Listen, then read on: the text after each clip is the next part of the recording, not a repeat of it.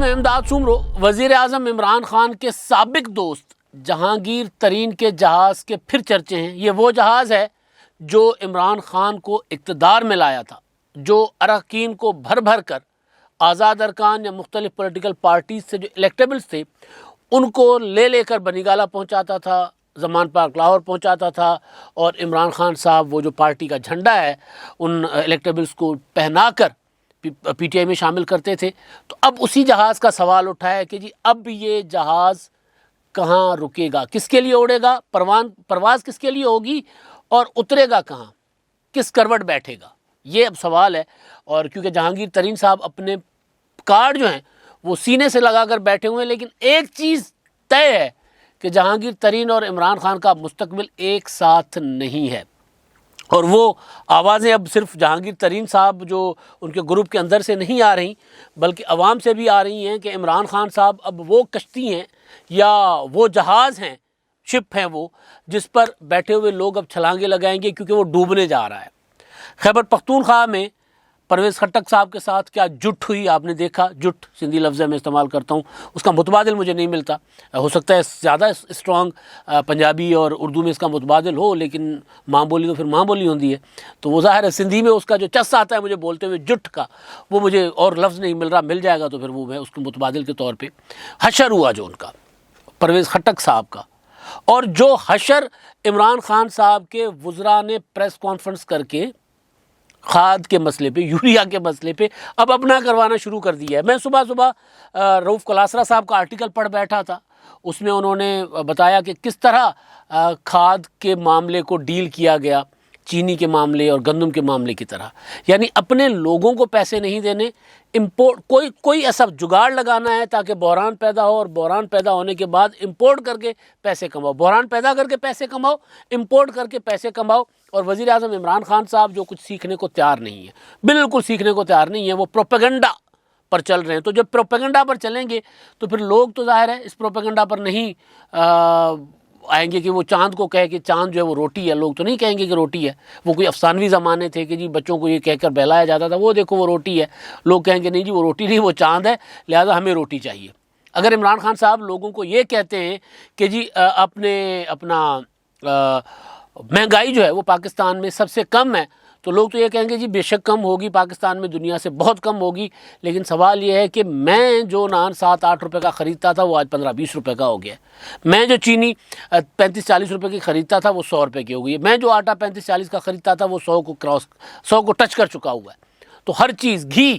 بلکہ وہ تو اب ایک گانا آ گیا ہوا ہے سرائکی کسی فنکار نے، بلکہ وہ ڈھولچی انہوں نے گانا گا دیا ہے کہ جی 100 روپے کا ایک پایا گھی، ایک پایا 100 روپے کا، آپ 100 روپے میں کلو ملتا تھا، اب ایک پایا، یعنی 400 گنا بڑھ گیا نا، 400% گھی کی قیمتیں بڑھ گئی۔ لیکن عمران خان صاحب اگر یہ کہیں گے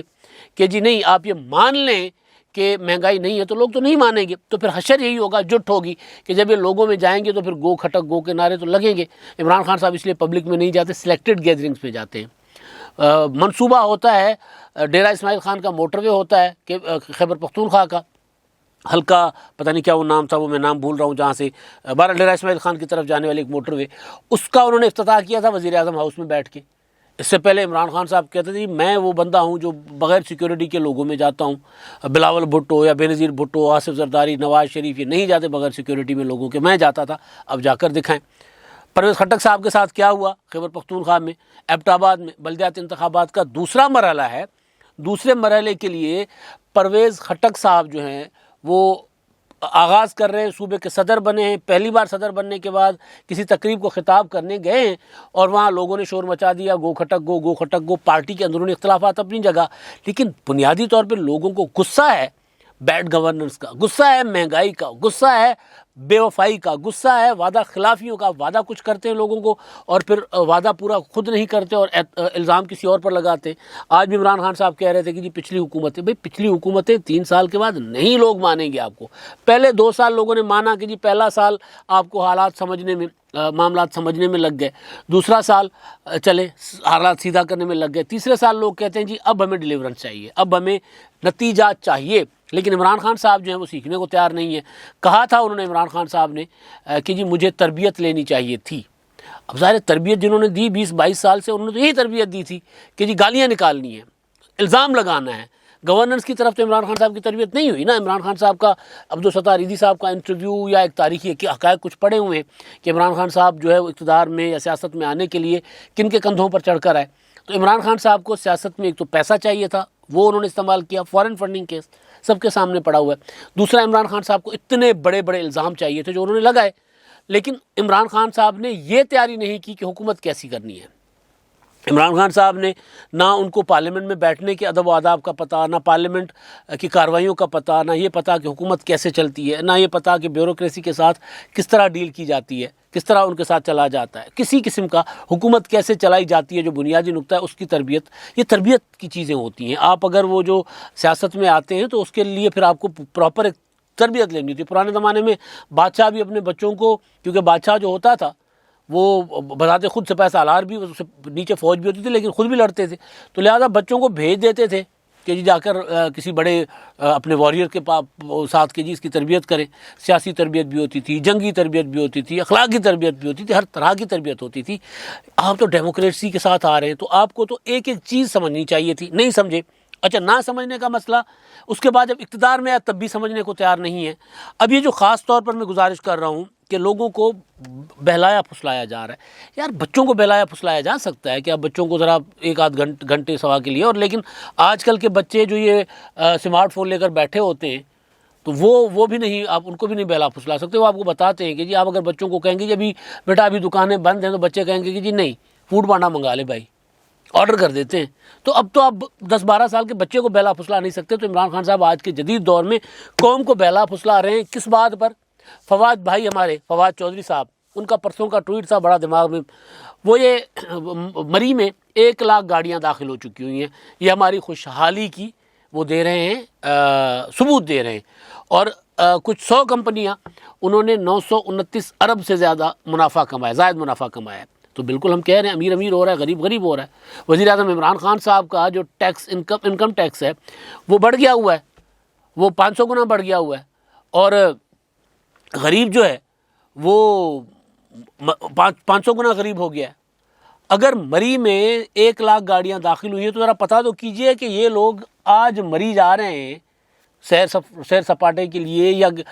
شمالی علاقہ جات جا رہے ہیں، اس سے پہلے کہاں جاتے تھے؟ اس سے پہلے یہ جاتے تھے، لندن جاتے تھے، یہ مطلب یورپ جاتے تھے، بیرون ملک جاتے تھے، کوئی ترکی جاتا تھا، کوئی آذربائیجان، کوئی کدھر، یہ لوگ جاتے تھے بیرون ملک۔ اب ان کی سکڑ گئی ہیں آمدنیاں اس حکومت میں، تو انہوں نے یہاں پر سیر سپاٹے کرنے کے جو شوقین لوگ ہیں وہ کوئی نہ کوئی پلان تو کرتے ہی ہیں، تو وہ جو بیرون ملک نہیں جا سکتے پیسوں کی وجہ سے، وہ پھر ادھر کا رخ کرتے ہیں کہ چلیں یار ادھر ٹور پھر لیتے ہیں۔ دوسرا کورونا کی وجہ سے بھی لوگوں کو بڑی مشکل پیش آتی ہے باہر جانے کے لیے۔ تو یہ جو عمران خان صاحب نے بھی کہا تھا جی اپنا گرمیوں میں 25 لاکھ سے زیادہ لوگ جو ہیں وہ گلگت بلتستان اور ادھر ادھر وہ گئے ہیں سیر سپاٹے پر، بالکل گئے تھے جی، پچھلے سال گئے تھے۔ اس کی وجہ یہ نہیں تھی کہ لوگ امیر ہوئے، اس کی وجہ یہ تھی کہ لوگ باہر نہیں جا پا رہے۔ ایک، لوگ آمدنی لوگ کی کم ہو رہی ہے، مہنگائی ہے، باہر نہیں جا سکتے، اور دوسرا کورونا کی وجہ سے کئی ممالک نے بہت ریسٹرکشنز رکھی ہوئی ہیں کہ جی آپ آئیں، پھر پہلے قرنطینہ کریں، قرنطینہ کرنے کے بعد یہاں پر آپ کی نیگیٹو ہوگی رپورٹ، اس کے بعد گھومیں گے، تو لوگ جا کر ہفتہ 10 دن قرنطینہ کریں، اپنے پلے سے ہوٹلوں پہ خرچے کریں، تو لوگ نہیں جا رہے، لوگ یہاں پر سیر سپاٹے کر رہے ہیں۔ تو سادہ ایک وجہ ہے کہ لوگ یہاں پر بیٹھے، اب یہ باہر نہیں جا رہے، اس لیے زیادہ لوگ جا رہے ہیں مری وغیرہ۔ تو یہ، اور دوسرا جو کمپنیاں، ظاہر ہے آپ یہاں مافیاز کما رہے ہیں۔ اب جو پریس کانفرنس ہوئی ہے، میں حیران تھا کہ یار ان کو کوئی بندہ، کوئی اتنا کوئی سمجھدار تو ان میں ہوگا کہ یار جب بتا دے کہ اگر بحران ہو گیا نا تو اس بحران کو قبول کرے کہ ہاں بحران ہو گیا ہے، ہم سے مینج نہیں ہو پایا۔ جو عذر بتاتے ہیں وہ گناہ سے زیادہ بدتر ہوتا ہے، یعنی چینی کیوں کم ہوئی جی، فلاں وجہ ہوئی، ہم یہ نہیں اچھا جی، وہ کھاد کا ایشو ہے۔ کھاد کا ایشو کچھ دن پہلے بھی میں نے ذکر کیا تھا کہ فواد چودھری صاحب کہہ رہے ہیں کہ جی پاکستان میں کھاد کیونکہ 1700-1800 روپے بوری ہے، تو اور دنیا میں مہنگی ہے، وہ 7-8 ہزار روپے بوری ہے، لہٰذا یہاں سے اسمگل ہو کے جاتی ہے۔ آپ کے شوکت ترین صاحب، ان کی پریس کانفرنسز سن لیں، وہ کیا کہتے ہیں؟ وہ یہ کہتے ہیں کہ جی ڈالر پاکستان میں اس لیے مہنگا ہے کہ ڈالر افغانستان اسمگل ہو رہا ہے۔ تو بھائی روکے گا کون؟ مطلب میں تو حیران ہو گیا پریس کانفرنس سن کے کہ اب عمران خان صاحب کو 20 سال چاہیے یہ سمجھنے کے لیے کہ اسمگل کیسے روکی جاتی ہے، اسمگلنگ مافیا کو کیسے کنٹرول کیا جاتا ہے، یا پھر خود ملے ہوئے ہیں۔ اگر خسرو بختیار صاحب، حماد اظہر صاحب پریس کانفرنس کرتے ہیں کہ جی پاکستان میں ہماری ضرورت سے زیادہ کھاد موجود ہے مگر وہ اسمگل ہو رہی ہے، اگر وہ یہ کہہ دیتے کہ یار ہمارے پاس گیس نہیں تھی، ہمارے پاس حالات ایسے نہیں تھے، کورونا تھا، یہ تھا، وہ تھا، اس وجہ سے ہمیں ذرا کھاد کا بحران کا سامنا کرنا پڑا، اس لیے ہمیں امپورٹ کرنی پڑ گئی ہے، تو لوگ سمجھ جاتے ہیں کہ یار چلے ٹھیک ہے، ہوتا ہے، چلتا ہے۔ لیکن اگر یہ کہیں کہ نہیں ہمارے پاس تھی، ہم نے پیدا کی، ایک ہم نے سبسڈی دے دی سوئی گیس کی تمام تر یوریا کی جو فرٹیلائزر کمپنیز کو، انہوں نے کھاد بنائی، بنا کر مارکیٹ میں نہیں دی، باہر بیچ دی، مہنگی بیچ دی، سبسڈی لے اپنے لوگوں کے لیے،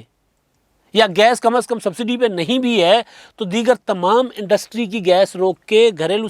اپنا صارفین کی گیس روک کے ان کو دی، تاکہ ہمارے پاس گندم کی پیداوار ہے، گندم ہمارا سب سے امپورٹنٹ کراپ ہے، اگر گندم کی کمی ہوگی تو پھر ہمیں دوبارہ باہر سے منگانا پڑے گا، لہٰذا یہ والا ہم نقصان برداشت کر لیں کہ دوسری صنعتوں کے بجائے گیس دے دیں ہم فرٹیلائزرز کو۔ اچھا وہ دے دی، وہ دینے کے بعد انہوں نے باہر بھیج دی، یا انہوں نے